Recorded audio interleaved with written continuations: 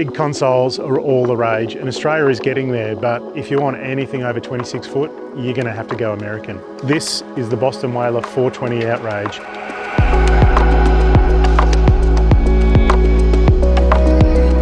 Built in Florida, Boston Whaler are synonymous with big centre consoles, and this is the biggest one in their fleet. This one's a bit of an all-rounder, a bit of a family boat, and a bit of an entertainer.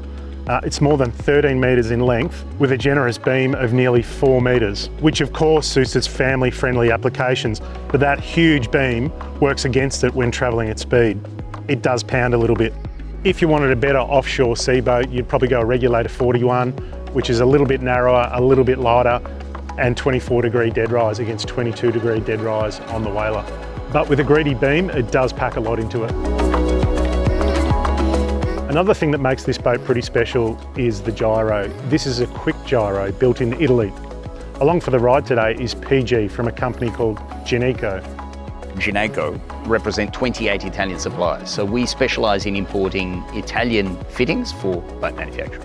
So a quick gyro is produced by a company in Italy, in Ravenna, called Quick, which is a company that has a 40-odd year history. Quick are located in Ravenna. Ravenna is the home of Italian precision engineering. So you've got Ducati, Ferrari, Lamborghini, Maserati, they're all in Emilia-Romagna. 13 models in the range. That's the biggest range of gyroscopic stabilizers in the world. We have more models than everybody else. We start at 2,000 Newton meters of torque and go right up to 75,000 Newton meters of torque. Gyroscopic stabilizers mean that you can go boating any day you like. You can take your family with you. You can always count on the fact that the boat is going to be comfortable and that you're going to significantly reduce the risk of seasickness from anybody that's joining you, be it a mate or your wife or your kids. It really makes boating a no-brainer. These boys want to go out on the day, they want to be out there, they want to be out there overnight, they want to be enjoying the fishing for as long as they want to be out there. The gyroscopic stabilizer gives you the total control of the attitude of the vessel. You could be out fishing in 3 metre swell and without a problem in the world. If you get the right size gyro for the right boat, it's not a problem.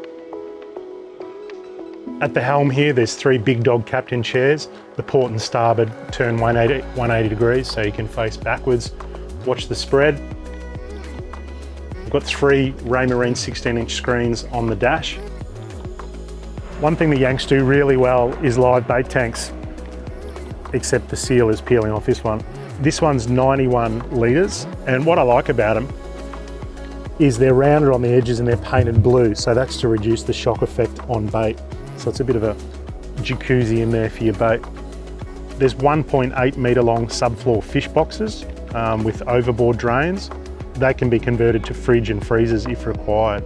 There's all the rod holders you'd expect on a big Yankee boat. There's a couple of dive doors as well, one at the back, one on the port side. Yeah, so the smallest boat we've done is a little Boston Whaler 230 Outrage, so the little sister ship of this. And that, to the best of my knowledge, is the smallest boat so far fitted with a gyro. Today we're on a Boston Whaler 420 Outrage. Everywhere you look on the Boston Whaler Outrage, there is seatings. I don't think Jack and I even know that enough people to fill all the seats on this boat.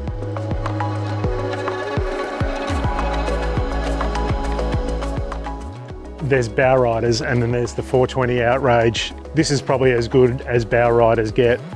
The fit out is pretty immaculate, and the options for seating include the chaise style upright seats.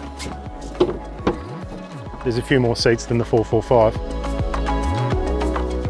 Come down to the den.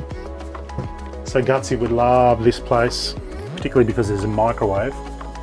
As well as that, we've got a little fold down seat here, could probably fit 3 in there, or 1 of Gutsy because he snores like an absolute animal. There's an enclosed head here, nice little sink. There's storage under here for game rods.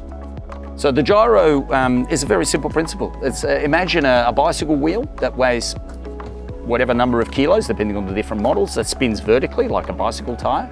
If the bicycle wheels are spinning, you don't fall over.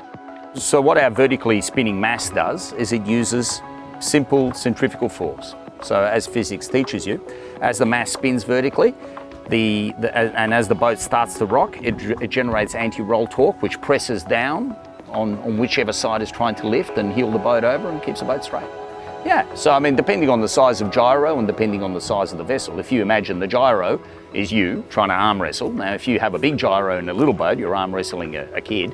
And if you have a little gyro in a big boat, you're arm wrestling a guy's double your size. We get asked a lot what happens when the vessel's underway. How does the gyro affect the vessel and the attitude of the vessel while the vessel's underway? Well, just like I go back to the analogy of the bicycle. As you're going underway and you heel the boat over, the front wheel of your bike, as you heeled over, would turn slightly and you go around the corner. Same thing with our gyro. It pivots and allows you to make that turn. As long as that turn heels the boat over and you have no restriction to the maneuverability of the vessel while our gyro is running. It smoothens the roll out as you go into those turns, so it doesn't, the boat won't step and jump around and rock around depending on what the sea state is doing underneath the boat. It really smoothens that turn out. Because the quick gyro spins vertically and it doesn't have any detrimental or any impact on the pitch and rise and fall of the bow of your boat. There is no limitation to the speed at which you can travel with your gyro on, and there is no limitation in whatever sea state you might want to be out in. You can use our gyro flat out, just like you can use it at anchor, and you can use it in chop as well as 3-metre swell. This boat is fitted with what Boston Whaler call a summer kitchen leaning post. Sink, grill, fridge freezer. No beer. Fail.